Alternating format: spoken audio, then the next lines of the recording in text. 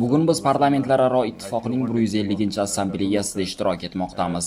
Bu tadbirga turli mamlakatlardan ko'plab parlament spikerlari, spiker o'rinbosarlari va boshqa parlament a'zolari qo'shilishdi. Bilasizmi, bunday katta tadbirni tashkil etish katta mehnat talab qiladi. Men avval ham ko'plab Parlamentlararo ittifoq yig'ilishlarida qatnashganman. Shaxsan o'zim va boshqa parlament a'zolari nomidan shuni aytmoqchimanki, biz bu tashkilotdan juda mamnunmiz.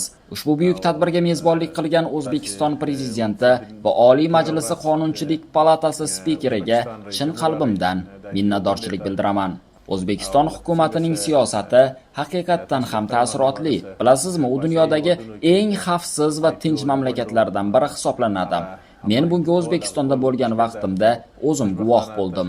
Xavfsizlik va jamoat tartibi hukumat uchun juda muhim masala ekanligi aniq. Bunday buyuk rivojlanishning asosiy sabablaridan biri hukumatning yaxshi siyosiy va iqtisodiy strategiyalari hamda o'z xalqini qo'llab-quvvatlashidir.